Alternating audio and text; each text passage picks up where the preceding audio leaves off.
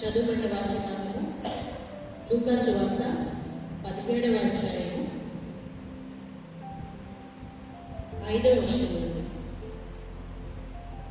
అపోస్తలులు మా విశ్వాసము వృద్ధి పొందించమని ప్రభువుతో చెప్పగా, ప్రభువు మీరు ఆవగించంత విశ్వాసము కలవారైతే ఈ కంబళి చెట్టును చూసి నీవు వేళ్లతో కూడా వెళ్ళగింపబడి సముద్రంలో నాటబడదమని చెప్పినప్పుడు అది మీకు లోబడదు.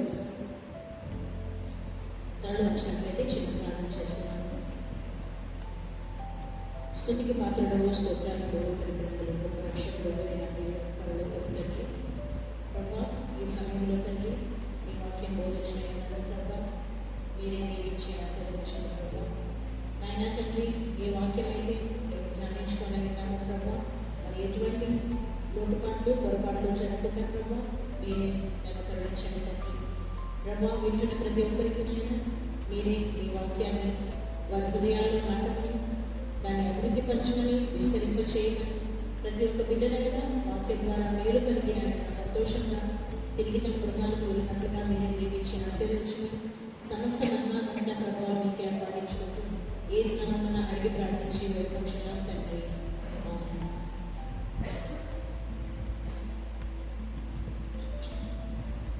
నేటి దినమున ధ్యానాంశము విశ్వాస పరిమాణము. విశ్వాస పరిమాణము. నాకు ఈ టాపిక్ ఇచ్చినప్పుడు మొదటి క్లాసులో ఈ మాట చదవడం కూడా చాలా కష్టం అనిపించింది. అది విశ్వాస ప్రమాణమా, విశ్వాస పరిణామమా, విశ్వాస పరిమాణం. టాపిక్ విశ్వాస పరిమాణము. పరిమాణము అంటే ఏంటండి? కొలత. It is a measure, volume. సరే, విశ్వాస పరిమాణము దాకా వెళ్ళడానికి ముందు అసలు విశ్వాసము అంటే ఏంటో చూడు. విశ్వాసము అంటే దీనికి ఒక మంచి డెఫినేషన్ ఉంటుంది. హెబ్రీయులకు రాయబడిన పత్రిక 11వ అధ్యాయము 1వ వచనం.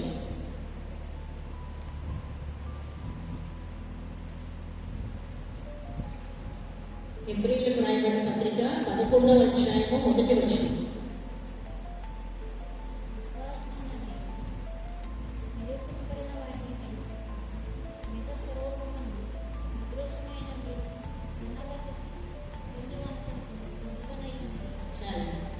విశ్వాసం అన్నది నిరీక్షింపబడు వాటి యొక్క నిజ స్వరూపమును అదృశ్యమైనవి ఉన్నవి అనుటకు రుజువునై ఉన్నది. అంటే నిరీక్షించబడినవి అంటే మనము ఏదైనా బ్లెస్సింగ్ కోసం వెయిట్ చేస్తా ఉన్నాము, ఇంకా పొందుకోలేము, కానీ ఖచ్చితంగా పొందుకుంటాము కాబట్టి వెయిట్ చేస్తూ ఉంటాము. దాన్ని నిరీక్షణ అంటాము.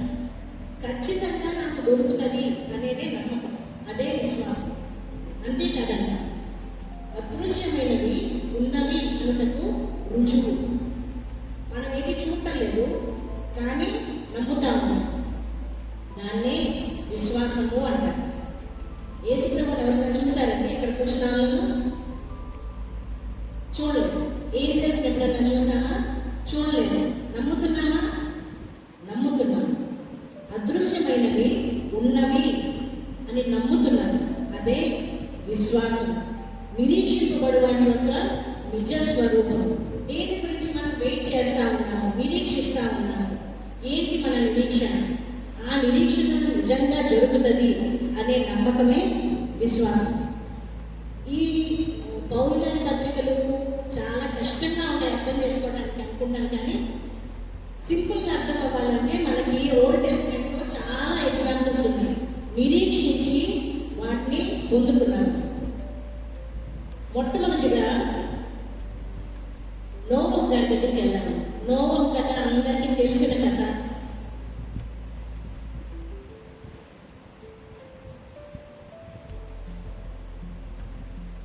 ఆదికాండం 9వ అధ్యాయంలో మనకి నోవహు గారు కనిపిస్తారు.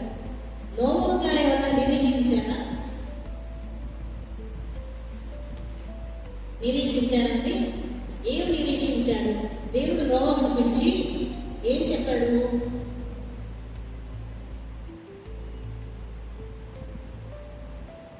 6వ అధ్యాయం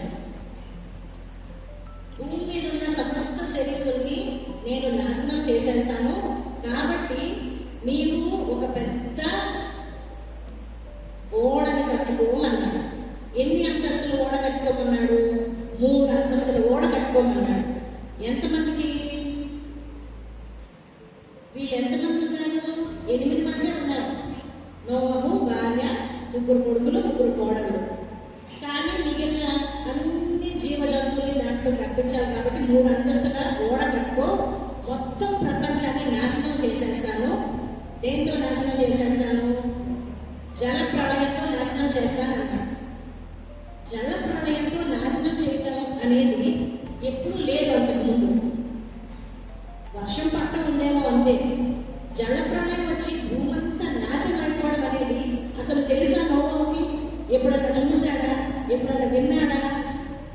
బట్ స్టిల్ దేవుడు చెప్పాడు, నమ్మాడు, విశ్వసించాడు, వెయిట్ చేస్తాము. ఎంతకాలం పట్టిందో తెలుసా అండి నోవహు ఓడ కట్టడానికి? కరెక్ట్గా తెలియదు, కానీ నాకు తెలిసిన ఇన్ఫర్మేషన్ బట్టి 40 to 50 years పట్టిందంట జస్ట్ ఓడ కట్టడానికి. 40 నుంచి 50 సంవత్సరాలు పట్టిందంట ఓడ కట్టడానికి. కట్టిన తర్వాత మళ్ళీ అన్ని జీవజంతువుల్ని పేజ్గా తీసుకురావడం. వాగ్దానం చెప్పాక, దేవుడు వాగ్దానం చేశాక నియర్లీ 100 years పట్టిందంట ఆ వాగ్దానం నెరవేరు. అంటే నోవహు ఎంతకాలం నిరీక్షిస్తా ఉన్నాడు. ఈ believe that God is going to fulfil his promise. చెప్పాడు కాబట్టి నెరవేరుస్తాడు అని వెయిట్ చేస్తా ఉన్నాడు. అంతకాలంలో ఎంతమంది ఆయన అవహేళన చేసుకుంటారు. వర్షం లేదు, వరద లేదు, అసలు నీళ్ళు వచ్చి మేము చచ్చిపోవడం ఏంటి అని ఎగతాళి చేసుకుంటారు. చాలా ఆపాసించుంటారు. కానీ ఆయన విశ్వాసం కోల్పోలేదు. ఎందుకంటే వాగ్దానం చేసిన వాడు నమ్మదగిన వాడు. అక్కడ పెట్టుకున్నాడు నిరీక్షణ. అది ఇప్పుడు జరగబోతుంది కాబట్టి దాని మీద విశ్వాసం పెట్టుకున్నాడు. అది నోవహు విశ్వాసం. ఇంకొక వ్యక్తి అలాగే విశ్వాసులకు తండ్రి ఆయన. ఎవరన్నైనా? అబ్రహాం. అబ్రహాంకి ఎంత వయసు అప్పుడు దేవుడు పిలిచాడు? 75 సంవత్సరాలప్పుడు పిలిచాడు. ఆయన కంఫర్టబుల్గా ఆయన ఫ్యామిలీతో, ఆయన కుటుంబ సభ్యులు, పేరెంట్స్ తోటి, అదర్ ఫ్యామిలీ మెంబర్స్ అందరితోటి ఉంటే, నువ్వు లేచి బయలుదేరిరా, నిన్ను తీసుకెళ్ళి నేను ఆశీర్వదిస్తాను అని చెప్పాడు. అప్పటికి ఆయన వయసు 75 years, 75 ఏళ్ళు. సరే బయలుదేరి వెళ్ళాడు భార్యతో కలిసి, లోతుతో కలిసి వెళ్ళాడు. వాగ్దానం నెరవేర్పు. ఆయనకి సంతానం కలిగింది ఏ ఏజ్లో? 100 years అప్పుడు పుట్టాడు. ఎంతకాలం నిరీక్షించాడు? 25 సంవత్సరాలు వెయిట్ చేస్తా ఉన్నాడు. అప్పటికే మనకి వాక్యంలో చాలా క్లియర్గా ఉంటుంది. ముసలి వాళ్ళు అయిపోయారు. శారాకి స్త్రీతత్వం కూడా ఉడిగిపోయింది. లైఫ్లెస్ అయిపోయింది ఆమె. బట్ స్టిల్ దేవుడు ప్రామిస్ చేశాడు. ప్రామిస్ చేసింది నెరవేరుస్తాడు అని నిరీక్షిస్తా ఉన్నాడు.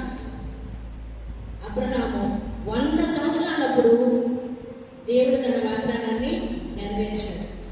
నిరీక్షించు వాడి యొక్క నిజస్వరూపం ఎప్పుడు వచ్చింది? ఇస్సాకు పుట్టిన తర్వాత ఆ నిజస్వరూపాన్ని చూశారు. వాగ్దానం నెరవేర్పుని చూశారు. దాన్నే విశ్వాసము అంటారు. ఇంకొక ఆయన చూపిస్తాను. యోసేపు, ఓల్డ్ టెస్టమెంట్లో ఉన్న యోసేపు. ఈ యోసేపు చిన్నప్పుడు కళలు కంటా ఉండేవాడు. ఆయన పెద్ద గ్రేట్ ప్లాన్ అయినట్టు మిగిలిన తన ఫ్యామిలీ అంతా, తన తల్లి, తన తండ్రి, తన బ్రదర్స్ అందరూ వచ్చి తనకి మొక్కుతున్నట్టు కళలు కన్నాడు. కళలు కన్నందుకు అందరి చేత ద్వేషింపబడ్డాడు, అమ్మివేయబడ్డాడు, తర్వాత జైల్లోకి వెళ్ళిపోయాడు. చాలా శోధనలు. కానీ చివరికి ఎక్కడికి వెళ్ళాడు? ఫరో తర్వాత నెక్స్ట్ ప్లేస్కి వెళ్ళిపోయాడు. ఐగుప్తు సామ్రాజ్యం మొత్తానికి సెకండ్ హెడ్ అయిపోయి కూర్చున్నాడు. ఎలాంటి యోసేపు, ఎలాంటి కళలు, ఎలాంటి వాగ్దానం, ఎన్ని శోధనలు అయినాయి, కానీ నిరీక్షణ అలాగే ఉంచుకున్నాడు. అందుకనే మధ్యలో ఎన్ని శోధనలు వచ్చినా యోసేపు తన నీతిని తప్పలేదు. భయంకరమైన శోధనలు వచ్చినాయి. కొట్టబడ్డాడు, నెట్టివేయబడ్డాడు, అమ్మవేయబడ్డాడు, ఫరో భార్య శోధించింది. అయినా నీతిని కోల్పోకుండా తన దేవుని మీద నమ్మకం పెట్టుకున్నందుకు ఏ కళ కన్నాడో అది నెరవేరింది ఆయనకి. తన తండ్రి వచ్చి నమస్కరించాడా? తన బ్రదర్స్ అందరూ వచ్చి నమస్కరించారా? ఇదే విశ్వాసం. నిరీక్షించు వాటి యొక్క నిజ స్వరూపము చూడగలిగాడు. దావీదు మనకి చాలా ఇష్టమైన దావీదు, చిన్నపిల్లలందరికీ ఫేవరెట్ దావీదు. ఎందుకంటే దావీదు అనగానే దావీదు గొల్యాతు కథ గుర్తొస్తుంది కదా. ఎంత గొల్యాతు మనకి ఆ డిస్క్రిప్షన్ చూస్తేనే అర్థమవుతుంది. ఆయన పర్సనాలిటీ కానీ, ఆయన ఫిగర్ కానీ, ఆయన గాలు, ఆయన పక్కన ఉండే వ్యక్తులు, ఆయన ఆర్మర్ డిస్క్రైబ్ చేస్తుంటే మనకే ఊహించుకోవాలని భయం వేసేటట్టు ఉన్నది ఆయన ఆకారం. And David very small boy, చిన్నపిల్లడు. అలాంటి వాడు దేవుని శక్తిని నమ్ముకొని వెళ్ళాడు. ఒక్కసారి చూడండి, మొదటి సమయం గ్రంథం 17వ అధ్యాయం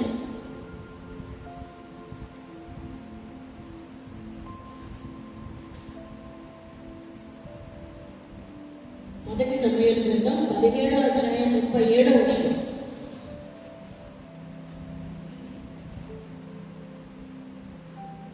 అక్కడ సౌలు దగ్గరికి తీసుకెళ్తారు. డేవిడ్ని తీసుకెళ్ళి, నువ్వెక్కడ యుద్ధం చేస్తావయ్యా? అంత పెద్ద గొల్యాతు, అంత క్రూరుడు, అంత పవర్ఫుల్ మ్యాన్, అంత పెద్ద ఆర్మర్ పెట్టుకొని అంత శక్తిగా అంత పెద్ద పర్సనాలిటీతో ఉన్నాడు. నువ్వెలాగా ఆయన ఫైట్ చేస్తావంటే, మామూలుగా మన నాలెడ్జ్తో ప్రకారం అయితే అసలు ఒక చేతితో ఇలా నెట్టినా పడిపోయేట్లాగా ఉండే ఉంటాడు దావీదు. కానీ దావీదుకు ఉన్న విశ్వాసం చూడండి. సింహం యొక్క బలం నుండి, ఎలుగుబండి యొక్క బలం నుండి నన్ను రక్షించిన యెహోవా ఈ ఫిలిష్తీయుని చేతిలో నుండి కూడా నన్ను విడిపించునని చెప్పాడు. అప్పటికి విక్టరీ రాలా, గొల్యాతును చూశాడు, అంత విక్టరీ రాలా. కానీ ఎంత ఫర్మ్గా చెప్తున్నాడు సౌలుకి. సౌలుకున్న సైన్యం అంతా భయపడిపోతున్నారు. చాలా యుద్ధ ప్రవీణులు ఉంటుంటారు, వాళ్ళందరూ భయపడిపోతుంటే ఇతను ఏమంటున్నాడు? నేను గెలుస్తాను. ఎందుకు గెలుస్తాడంట? యెహోవా ఈ ఫిలిష్తీయుని చేతిలో నుండి కూడా నన్ను విడిపిస్తాడు. ఎంత స్థిరమైన విశ్వాసం కలిగి ఉన్నాడు. Not because of his strength, but because of his strength. ఎవరినైతే ఆనుకుని ఉన్నాడో, ఎవరి మీద నమ్మకం పెట్టుకున్నాడో, ఏ దేవుడిని పూజిస్తా ఉన్నాడో ఆ దేవుని మీద నమ్మకం ఉంది కాబట్టి ఆ మాట చెప్పగలుగుతాడు దావీదు. ఇంకొక ఆయన దానియేలు మనకి బైబిల్ గ్రంథంలో చూస్తే అసలు స్పాట్లెస్ క్యారెక్టర్. దానియేలు ఎక్కడ ఏ లోపం కనిపించదు మనం చూస్తే. అలాంటి దానియేలు ప్రార్థన చేసుకుంటా ఉంటే ఆయనలో ఏ పాపం కనిపించలేదని చివరికి ఏం చేశారు? ప్రార్థన చేసుకుంటాడని తీసుకెళ్ళి సింహాల బోన్లో పడేశారు. నువ్వు ప్రార్థన ఆపుతావా, సింహాల బోన్లోకి వెళ్తావా?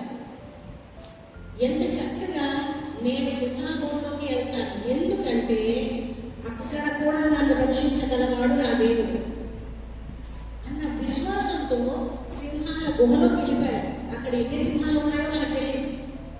మనకు అసలు ఒక సింహం ప్రాంగణంలో ఉంటాం కానీ మనం భయపడిపోతాం, అన్ని డోర్స్ క్లోజ్ చేసుకుని కూర్చుంటాం. అలాంటిది ధైర్యంగా సింహాల గుహలోకి వెళ్ళిపోవడానికి రెడీ అయ్యాడు. చాలా సింహాలు చుట్టూతున్నాయి, but still he kept praying there, believing in God. అది విశ్వాసం. నన్ను రక్షిస్తాడు నా దేవుడు. తెల్లారేటప్పటికి రాజుగారు వచ్చి ఒక చక్కటి మాట మాట్లాడతాడు. ఏమన్నాడండి? నీవు నమ్ముకున్న నీ దేవుడు నిన్ను రక్షించాడా అంటే రాజు కూడా విశ్వాసం వచ్చేసింది. చూడండి, సింహాల గుహలో పడేస్తే దానియేలు డెఫినెట్లీ చచ్చిపోతాడనే కదా వేశాడు, అదే రాజు కదా వేశాడు. కానీ ఆ రాజు కూడా విశ్వాసం వచ్చింది దానియేలు దేవుడి మీద. నీ దేవుడు నిన్ను ఇంకా బతికించే ఉంచాడా అని అడుగుతాడు. ఎంత చక్కగా ఉంటుంది కదా. ఇమ్మీడియట్లీ ఏం చేశాడు? దానియేలు బయటకు తీసుకొచ్చాడు. దానియేలు దేవుడే నిజమైన దేవుడు అని చెప్పి వాక్యం చెప్పాడు. మన జీవితం అలాగ ఉండాలి. దానియేలు ఏం ప్రకటన చేయలేదు, ఏమి ప్రచారాలు చేయలేదు, సువార్త ప్రకటన చేయలేదు. ఆయన లైఫ్ రాజుగారిని మార్చింది, రాజు ద్వారా దేశం అంతటికి ప్రచారం జరిగింది. అది ఉండాలి విశ్వాసం. ఓల్డ్ టెస్ట్మెంట్ నేను కొత్త క్యారెక్టర్ చెప్పి వెళ్ళిపోతానండి. ఏలియా ప్రవక్త ఒకసారి ఛాలెంజ్ చేస్తాడు ఇవన్నీ తెలిసిన కథలేనట్టు వెనకనే స్పీడ్గా వెళ్ళిపోతారు. బయలుదేవత ప్రవక్తలతో ఛాలెంజ్ చేస్తారు. ఏమని? మీ దేవుడు గొప్పడా, మా దేవుడు గొప్పడా, చూసుకుందామండి. అసలు ఎవరికన్నా ఈ రోజుల్లో ధైర్యం ఉంటుందండి? ఒక్కరితో కూడా వర్గ చేయలేము, భయపడిపోతాం. ఏంటి ఎంతమంది ప్రవక్తలతో వాదించాడో తెలుసా? ఆ రోజున 450 మంది బయలు ప్రవక్తలు. వాళ్ళందరితో ఛాలెంజ్ చేసి, ఇటు సైడ్ ఎంతమంది ఉన్నారు? ఏలియా వైపు ఈయనొక్కడే 450 మంది బయలు ప్రవక్తలతో ఛాలెంజ్ చేసి వాళ్ళని ఏం చేశాడు? చూసుకుందాం రండి అన్నాడు. వాళ్ళని అపహాస్యం చేశాడు, ఎగతాళి చేశాడు. ఫైనల్లీ వాళ్ళందరినీ చంపేశాడు.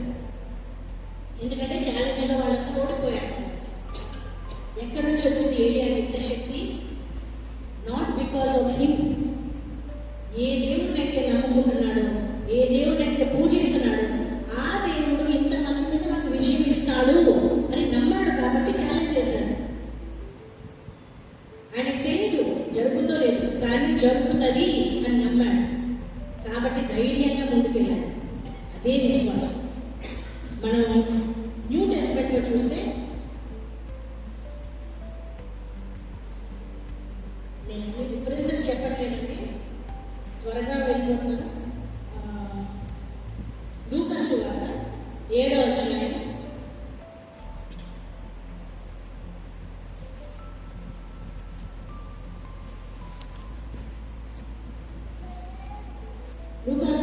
7వ అధ్యాయంలో 1 నుంచి 9 వచనాలు.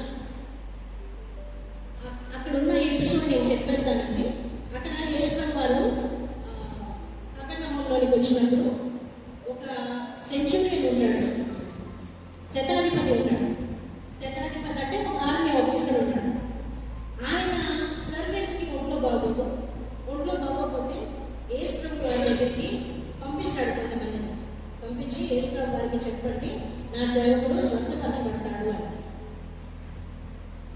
అయితే యేసుప్రభుకి వాళ్ళందరూ వచ్చి చెప్పినప్పుడు, ఈయన చాలా మంచోడు, మనకి చాలా మంచి చేశాడు, ఆయన సేవకుల గురించి కూడా బాగా కేర్ తీసుకుంటున్నాడు, యేసుప్రభు నువ్వు వచ్చి కొంచెం స్వస్థపరచు అంటే, యేసుప్రభు సరే అని చెప్పి వెళ్తూ ఉంటారు అని. అప్పుడు 7వ వచనంలో చూడండి, అందుచేత నీ యొద్దకు వచ్చుటకు పాత్రుడనని నేను ఎంచుకొనలేను, అయితే మాట మాత్రం సెలవింపు, అప్పుడు నా దాసుడు స్వస్థపరచబడను. నేను నీ దగ్గరికి రావడానికి అర్హత లేదయ్యా నాకు, కానీ ఆయన హిమ్సెల్ఫ్ ఇస్ అన్ ఆఫీసర్.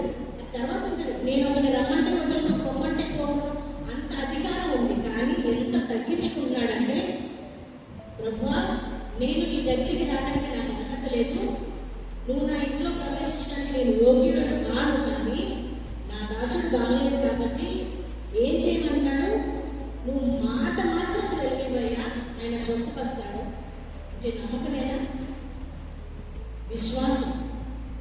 నువ్వు మాట సెలవిస్తే చాలు, ఇక్కడ స్వస్థత కలిగిపోతుందని నమ్మాడు. కాబట్టి యేసుప్రభు వారు ఒక మంచి మాట అన్నారు చూడండి, 9వ వచనంలో,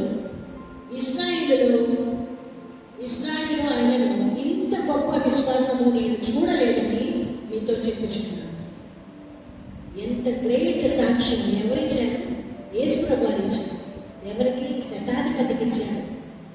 అన్యుడైన శతాధిపతికి ఈయన ఇచ్చాడు. ఎవరు? యేసుప్రభు వారు. ఇంత గొప్ప విశ్వాసం నేను ఎక్కడా చూడలేదు. ఇంకొక ఆవిడ ఉంది, యేసయ్య గార్మెంట్ పట్టుకుని స్వస్థత పడిపోయింది. రక్తస్రావం కలిగిన స్త్రీ. ఆయన నన్ను చూస్తే కాదు, నన్ను ముట్టుకుంటే కాదు, ఆయన వస్త్రపు చెంగు పట్టుకుంటే చాలు నాకు స్వస్థత కలుగుతుందని విశ్వసించింది. ఎంత బలమైన విశ్వాసం ఆమె కలిగింది. అలాగే చాలా చాలా కనిపిస్తూ ఉంటాయి. 7వ అధ్యాయంలోనే, ఇదే 7వ అధ్యాయంలో 36వ వచనం నుండి 50వ వచనం వరకు, అది కూడా కొంచెం పెద్ద ఎపిసోడ్ అండి. అక్కడ ఒక పాపపు స్త్రీ కనిపిస్తుంది. పాపాత్మురాలైన ఒక స్త్రీ.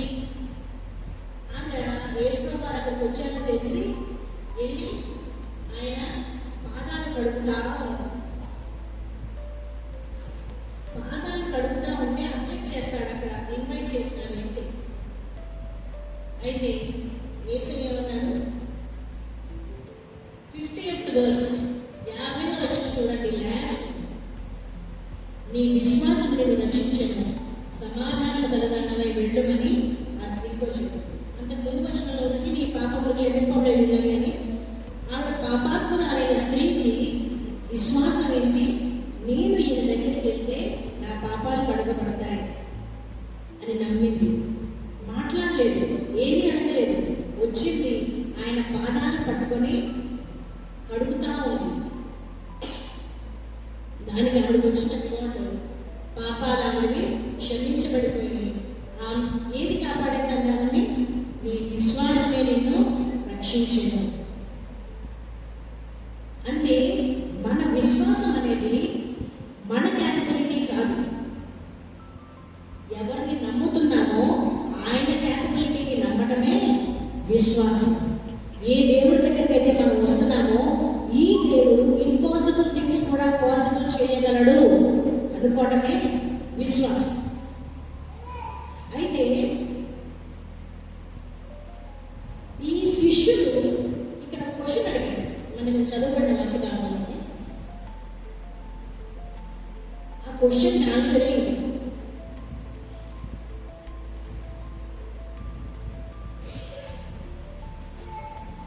లూకా సువార్త 17వ అధ్యాయం 5వ వచనంలో క్వశ్చన్ కాదు, యాక్చువల్లీ ఒక రిక్వెస్ట్ చేశాడు. మా విశ్వాసము వృద్ధి పొందింపుమని ప్రభువుతో చెప్పాడు. వీళ్ళు దేవుని శిష్యులే కదా, యేసుప్రభు వారి శిష్యులే. యేసయ్య చేసే కార్యాలన్నీ చూస్తూ ఉన్నారు, ఆయనతో పాటు తిరుగుతూ ఉన్నారు, అద్భుత కార్యాలన్నీ విట్నెస్ చేస్తూ ఉన్నారు. యేసయ్యని నమ్మారు కాబట్టి వాళ్ళ సమస్తాన్ని విడిచిపెట్టేసి ఆయన ఫాలో అవుతున్నారు. విశ్వాసం వృద్ధి పొందించడం ఏంటి మరి? Why to increase the faith? అసలు ఫెయిత్ ఇంక్రీజ్ ఎందుకు చేయాలి? పైన వచనం చూడండి, 17వ అధ్యాయం 3వ వచనంలో మీ విషయమై మీరే జాగ్రత్తగా ఉండు, మీ సహోదరుడు తప్పిదము చేసినడలా అతన్ని గద్దించుడు, అతడు మారు మనసు పొందినడలా అతన్ని క్షమించు. మీ సహోదరుడు అంటే ఎనీబడి, మన చుట్టుపక్కల ఉన్న వాళ్ళందరూ మన సహోదరుడు. సహోదరుడు ఎవరైనా తప్పు చేస్తే ఏం చేయాలి? మనం గద్దించాలి. ఈ రోజుల్లో ఎవరికి ఏది కరెక్ట్ చేసినా నచ్చట్లేదు. గద్దింపు దాకా సంగతి దేవుడు ఇలా కాదమ్మా అని చెప్తే కూడా కష్టం. ఇది పద్ధతి కాదు అని చెప్తే ఎక్కడో మన కన్నబిడ్డల దగ్గర కూడా ప్రాబ్లం. గద్దించడం ఎవరికి ఇష్టం లేదు. బైబిల్ చెప్తుంది తప్పు చేశారు అంటే గద్దించాలి. నేను గద్దిస్తే ఎవరేమనుకుంటారు? మన వాళ్ళకి ఎంపీస్ అయిపోతారు కదా, ఆ రోజు నుంచి మాట్లాడుకున్నాం, కష్టమేసేస్తుంది. అందుకని గద్దించడం మానేశారు. దేవుడు క్లియర్గా చెప్తున్నాడు యేసుప్రభు వారు, మీ సహోదరుడు తప్పిదము చేసినదలా అతన్ని గద్దించు. గద్దించినప్పుడు అతడు మారు మనసు పొందినడలా అతన్ని క్షమించు. సరే, నువ్వు గద్దించావు, పాజిటివ్గా రియాక్ట్ అయ్యాడు, క్షమించమని అడిగాడు, మారు మనసు పొందాడు, అప్పుడు ఏం చేయాలి? క్షమించు. మళ్ళీ నువ్వు అప్పుడు ఆ తప్పు చేశావు కదా అని చెప్పి మళ్ళీ పొడవు. అక్కడితో అవ్వలేదు. 4వ వచనం చూడండి, అతడు ఒక దినమున 7 మార్లు నీ ఎడల తప్పు చేసినడలా 7 మార్లు నీ వైపు తిరిగి మారు మనసు పొందినడలా అతన్ని క్షమించడం. ఒక్కసారి కాదు, 7 సార్లు తప్పు చేశాడు, 7 సార్లు నీ వైపు తిరిగి సారీ చెప్పాడు. ఎన్నిసార్లు క్షమించాలి? అన్నిసార్లు క్షమించాలి. Is it easy? తేలిక విషయం అంటే మన బిడ్డలు ఎవరు తప్పు చేశారు, గద్దించాము, సారీ చెప్పారు, ఓకే క్షమిస్తాం.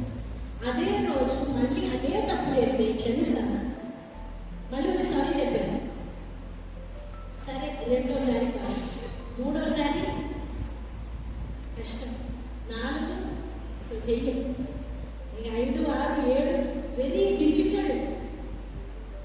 చాలా కష్టం. ఇన్నిసార్లు క్షమించడమే. ఒకే రోజు 7 సార్లు తప్పు చేసి 7 సార్లు మారు మనసు పొందానని చెప్పి 7 సార్లు క్షమించమంటే క్షమించగలమా? మనకున్న మనసులో సాధ్యం కాదు. మనకున్న ఈ హృదయాలతో అన్నిసార్లు క్షమించడం సాధ్యం కానే కాదు. అయితే యేసయ్య ఎన్నిసార్లు క్షమిస్తున్నాడు మనల్ని? 1 డేలో మనం ఎన్నిసార్లు వ్యతిరేకంగా ప్రవర్తిస్తున్నాము? ఒక్కసారి మార్నింగ్ లేచిన దగ్గర నుంచి పడుకునేదాకా ఏమే పనులు చేశాము, ఈ పని దేవుడికి ఇష్టమా కాదా అని చెక్ చేసుకుంటే మనకే తెలుస్తుంది.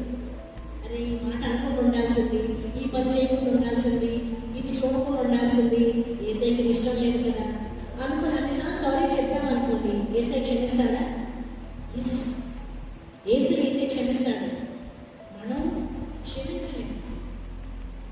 మనకున్న విశ్వాసము, మనకున్న కఠిన హృదయాలతో అది సాధ్యం కాదు. కాబట్టి ఎప్పుడైతే యేసయ్య చెప్పాడో శిష్యులు అనుకున్నారు, ఎంత కష్టం ఇది, how can we forgive somebody 7 times a day అని చెప్పి, అయ్యా మా వల్ల కాదు, మా విశ్వాసాన్ని అభివృద్ధి పరచు, సో దట్ మేము కూడా నీలాగా క్షమించగలగాలి, మేము కూడా అన్ని మార్లు వారిపై కృప చూపగలగాలని చెప్పి విశ్వాసం అభివృద్ధి పరచుని అడిగాడు. అడిగితే యేసు వారు ఏం చెప్పారు? ఆమె విశ్వాసం కలగాలంటే ఈ కమల చెట్టును చూసి నీవు వేళ్లతో కూడా పెగిలింపబడి సముద్రంలో నాటబడమని చెప్పినప్పుడు అది నీకు లోపడదు. ఆవగింజంతుంటే చాలా. ఎంత ఆవగింజం? Most tiniest thing. ఎందుకంటే చిన్నవి ఉన్నాయి కానీ చాలా చిన్నది ఆవగింజం. అసలు పట్టుకుంటే కూడా అన్నదంతా ఇది వరకు కొంచెం పెద్దగా వచ్చేది, కొంచెం అది చిన్న ఆవాల్సి. ఎన్నన్నా చూడండి, ఆవాలు ఏ షేప్లో ఉంటాయి? రౌండ్గా ఉంటాయి. No other shape. మీరు ఎన్ని ఆవగింజలను తీసుకోండి, ప్రతి ఆవగింజ రౌండ్గానే ఉంటుంది. వేరే షేప్లో ఉంటుంది ఆవగింజ, రౌండ్గా ఉంటుంది. నొక్కగలరా? చిలకడానికి నొక్కగలరా? నో. ఎంత గట్టిగా నొక్కినా చిలకలేదు. మన వేలు నొక్కేస్తే కానీ చిలకదు. హార్ట్గా ఉంటుంది షేప్. బలవంతం లేకపోయినా చిత్త కొట్టామనుకుంటుంది, లోపలే ఉంటుంది, దాని గింజ ఉంటుంది. ప్రతి ఆవగింజకి ఇదే ఉంటుంది. ఎంత చిన్నకున్నా చాలా హార్డ్ షెల్ ఉంటుంది, లోపల మాత్రం సాఫ్ట్గా ఉంటుంది.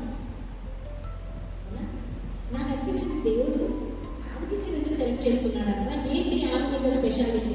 అఫ్కోర్స్ చాలా చిన్నగా ఉన్నా సరే బలమైన విశ్వాసం అని చెప్పడానికి దేవుడు సెలెక్ట్ చేసుకున్నాడు ఆవగింజను. Tiny, not only the science, ఎంత చిన్నగా ఉన్నా ఎంత హార్డ్గా ఉంటుంది దాని విషయం. మనం చెదరగొట్టలేము. దేవుని మీద మన విశ్వాసం కూడా చిన్నగా చాలు కానీ బలంగా ఉండాలంట, హార్డ్గా ఉండాలంట. ఎట్ ద సేమ్ టైం లోపల సాఫ్ట్నెస్, మన హార్ట్ అంత సాఫ్ట్గా ఉండాలి. ఏది చేసినా మనం పగలకూడదు. ఎంతమంది ఎన్ని రకాలుగా శోధిస్తున్నా మన విశ్వాసం కదిల్చి వేయబడకూడదు, చితక కొట్టబడకూడదు. అంత బలమైన విశ్వాసం మనం కలిగి ఉండాలి. వాల్యూమ్ డజంట్ మ్యాటర్, సైజ్ కాదు, షేప్ కూడా రౌండ్ షేప్ అన్నాను కదా. It is not circle, it is sphere. అంటే ఫుల్గా ఉంటుంది, కంప్లీట్గా ఉంటుంది, హ్యాలోనెస్ ఉండదు, మొత్తం కంప్లీట్గా టోటల్గా టైట్గా ఉంటుంది. రౌండ్ అంటే ఏ వైపు చూసినా ఒకేలాగా ఉండాలి. ఒక సైడ్ చూస్తే ఒకలాగా, ఇంకో సైడ్ చూస్తే ఇంకోలాగా కనిపిస్తుందా? బాల్ ఎప్పుడు ఎటు చూసినా బాలే. ఆవగింజ కూడా ఎటు నుంచి చూసినా అది అలాగనే ఉంటుంది, బాల్ లాగానే ఉంటుంది. అంటే ఏ వైపు నుంచి అయినా ఎన్ని రకాలుగా చూసినా అది స్థిరముగానే ఉంటుంది, బలముగా ఉంటుంది, నొక్కివేయబడదు. లోపలంతా కంప్లీట్గా ఫుల్గా ఉంటుంది. సీడ్ సగం సీడ్ ఉండదు, ఫుల్గా ఉంటుంది. అంటే ఇట్స్ టోటాలిటీ. దాని గింజ లోపల మొత్తం కంప్లీట్గా ఫిల్ అయి ఉంటుంది. అలాగే ఉండాలి విశ్వాసం. విశ్వాసం ఎప్పుడు కంప్లీట్గా టోటల్ డిపెండెన్స్గా ఉండాలి. దేవునిపై ఆధారపడుతున్నామంటే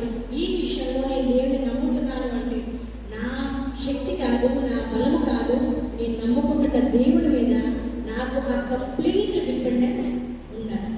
అది ఆలోచించు. నీకు ఎప్పుడైతే ఆ విశ్వాసం ఉంటుందో ఏదైనా నేను కానీ చేసేది నా దేవుడు చేస్తాడు. అందుకే ఈ కప్పటి చెట్టును చూసి వేళతో పెగిలింపబడి సముద్రంలో నాటబడని చెప్తారు వెంటనే అని చెప్తున్నాను. ఇదే విషయం మనం చేయాలనుకోండి, ఇప్పుడు చేయగలమా? లోపల నమ్మకం ఉంటుంది. ఏమని అది ఎటు కలవలే ఉంటుందా నమ్మకం? ఇప్పుడు సడన్గా ఇదంతా క్లీన్ అయిపోవాలి అనుకున్నాం అనుకోండి, అవుతుందా? మనకు తెలుసు నమ్మకం అంటే వీ బిలీవ్ దట్, మనం అదే నమ్ముతాం. ఇది ఎటు జరగదనే నమ్మకం ఉంది. కానీ స్థిరమైన విశ్వాసము, బలమైన విశ్వాసం ఉంటే anything is possible with God. Impossible things అన్నీ పాసిబుల్ అయిపోయి ఎర్ర సముద్రం రెండుగా చీలడం అనేది హిస్టరీలో ఎక్కడా లేదు. మోసెస్ దగ్గరే జరిగింది. విశ్వాసం ఉంది. ఇది దాటించగలిగిన దేవుడు అనే విశ్వాసంతో వెళ్ళిపోయారు. ఐగుప్తులో ఉన్నప్పుడు కనానీయులకు తెలియదు, ఇశ్రాయేలుకి తెలియదు కనాని ఎలాంటి ప్లేసో, ఎలా వెళ్తున్నాము, ఎక్కడికి వెళ్తాం. దేవుడు వెళ్ళమన్నాడు, వెళ్ళిపోయారు. ఎవరికైనా తెలుసా ఎలాంటి ప్లేస్ అని? చెప్తా ఉన్నారు, పాలకైనా ప్రవహించే దేశం, వాగ్దాన దేశం. దీన్ని ఎవరు సహించు.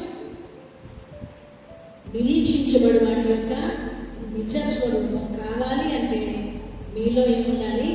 విశ్వాసం ఉండాలి.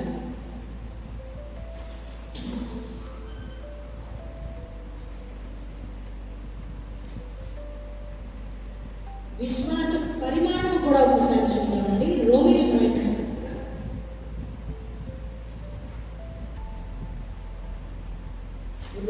రాసిన పత్రిక 12వ అధ్యాయం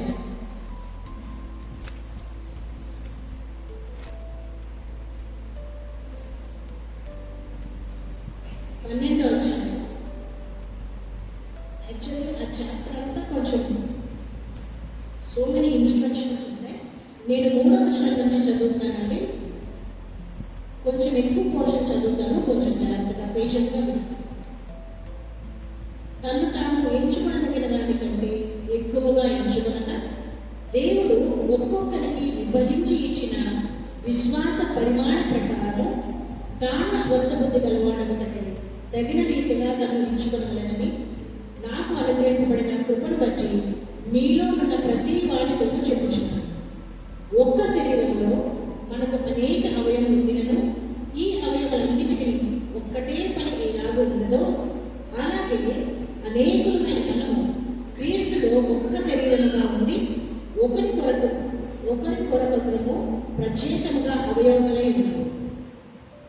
మనకు అనుగ్రహింపబడిన కృప చొప్పున వేర్వేరు కృపావరములు కలిగిన వారమై ఉన్నాము కనుక ప్రవచనమైతే విశ్వాస పరిమాణం చొప్పున ప్రవచిస్తాము, పరిచర్య అయితే పరిచర్యలోను, బోధించేవాడైతే బోధించుటలోను, హెచ్చరించేవాడైతే హెచ్చరించుటలోను పని కలిగి ఉంటుంది.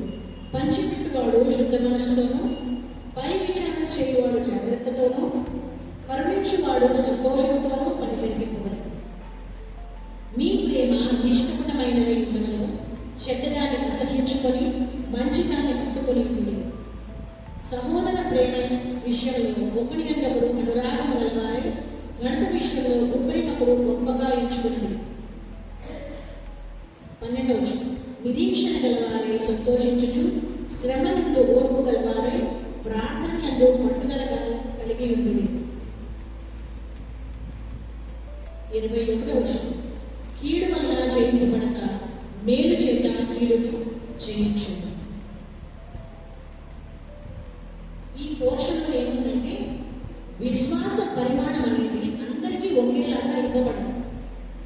మనకి మనం డెవలప్ చేసుకోలేము, కానీ ఎవరి వల్ల మాత్రమే సాధ్యమో విశ్వాసం ఇంక్రీజ్ చేసుకోవడం కేవలము దేవుని వల్లనే సాధ్యం. దేవుడు ఎవరికి ఎలా అనుగ్రహిస్తాడో దాన్ని అలాగ మనం పొందుకోగలం. ఒక్కొక్కరికి ఒక్కొక్క రకంగా విశ్వాస పరిమాణాన్ని ఇస్తున్నాడు. ఎలాగా? ఒక్కొక్కరికి ఒక్కొక్క కృపావరం ఇచ్చాడు. ప్రవచనపరమైతే విశ్వాస పరిమాణం చొప్పున ప్రవచించున్నాం, పరిచర్య అయితే పరిచర్య, బోధించేవాళ్ళైతే ఒక్కొక్కరికి ఒక్కొక్క వరం ఇచ్చాడు. ఎవరి వరము చొప్పున వాళ్ళ విశ్వాస పరిమాణంలో వాళ్ళకి అప్పగింపబడిన పనిని నెరవేర్చుకుంటా వెళ్ళాలి. ఇదే దేవుడు ఎక్స్పెక్ట్ చేస్తుంది. మనలో ప్రతి ఒక్కరు బోధించలేకపోవచ్చు, ప్రతి ప్రతి ఒక్కరు పరిచయం చేయలేకపోవచ్చు, ప్రతి ఒక్కరు పంచిపెట్టలేకపోవచ్చు. Each one has a different gift. మనకి దేవుడు ఏది కల్పించాడో, మనకి ఇచ్చిన వరం ఏదో, కృపావరం, దాన్ని బట్టి మన విశ్వాస పరిమాణాన్ని ఇంక్రీజ్ చేసుకుంటూ దేవుని పరిచయంలో కొనసాగుతానే ఉన్నారు. దానికి పెట్టిన రూల్స్ అన్నమాట. ఇవన్నీ పౌలు గారు చక్కగా అన్ని లిస్ట్ అవుట్ చేశారు. ఈ అధ్యయనం తర్వాత నిదానంగా చదువుకోండి. అన్ని ఇన్స్ట్రక్షన్సే. ఈ ప్రతి ఇన్స్ట్రక్షన్ చదువుకుంటా వెళ్తే, ధ్యానం చేసుకుంటా వెళ్ళండి. ఇవి అన్నీ కూడా మన విశ్వాసాన్ని బలపరచడానికి హెల్ప్ చేసే మెథడ్స్ ఇవన్నీ. నిరీక్షణ గలవారే సంతోషిస్తూ ఉండండి. దీని గురించి మన నిరీక్షణ మొత్తట్లో నేను చెప్పిన అభిప్రాయపట్టుగా 11:1 నిరీక్షింపబడి వారి యొక్క నిజస్వరూపం. మనం అందరం ఇప్పుడు జీవించున్నాము. మన నిరీక్షణ ఏంటి? We believe that one day we are going to heaven. అక్కడ కలుసుకుంటాము అనే నిరీక్షణ ఉన్నదా మనందరికీ? అదే మనకు ఉండాల్సిన నిరీక్షణ. మనలో హెవెన్ ఎవరైనా చూసామా? లేదు. ఉన్నదని విశ్వసిస్తున్నామా? ఎస్. అదృశ్యమైనది ఉన్నవి అని నమ్మకం, విశ్వాసం. అక్కడికి వెళ్తాము. పరలోకంలో నా తండ్రి ఉన్నాడు, నా కోసం చేతులు చాపి ఎదురు చూస్తా ఉన్నాడు, నాకు ఒక ఇల్లు కట్టాడు, నాకు ఒక స్థలం సిద్ధపరిచాడు అని నమ్ముతున్నామే అనే నిరీక్షణ కలిగి ఉంటే, ఈ లోకంలో నా ప్రయాణం కంప్లీట్ చేసేసి one day I going to heaven, ఇదే నిరీక్షణ. ఎనీ క్రిస్టియన్ లైఫ్లో, క్రైస్తవ జీవితంలో మనకున్న నిరీక్షణ ఏదో ఒక రోజు నేను ఈ జీవితాన్ని ముగించి వెళ్ళినప్పుడు ఇక్కడతో అయిపోవట్లేదు నా లైఫ్, నేను మళ్ళీ పునరుద్ధానం చెందుతాను. I'm going to live there with my God. నా దేవునితో నేను సదాకాలం జీవించబోతా ఉన్నాను అనేదే మన నిరీక్షణ. ఆ నిరీక్షణ కలిగి ఉండడమే విశ్వాసం. అది మనలో ఎంత స్థిరంగా, ఎంత బలంగా ఉందో అదే మన విశ్వాస పరిమాణం.